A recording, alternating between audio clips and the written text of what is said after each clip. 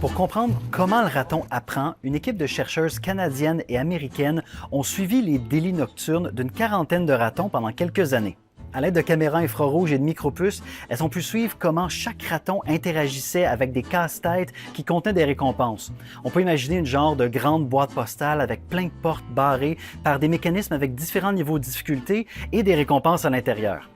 Les chercheuses ont remarqué plusieurs choses. 25% des ratons étaient capables d'ouvrir les portes, mais il y avait d'autres ratons plus profiteurs qui se tenaient juste un petit peu à côté et qui attendaient que les portes soient ouvertes pour aller chercher les récompenses.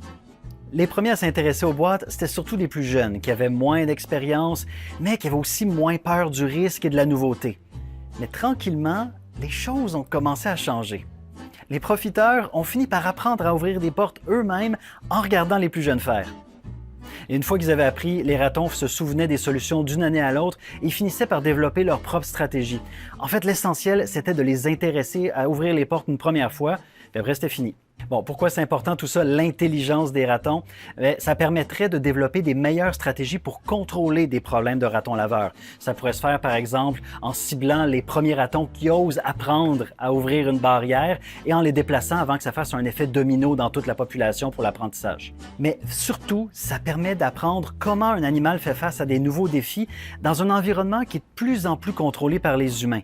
Et le raton, c'est un animal modèle parfait pour ça, à cause de son intelligence, de sa dextérité, puis quand même assez cute.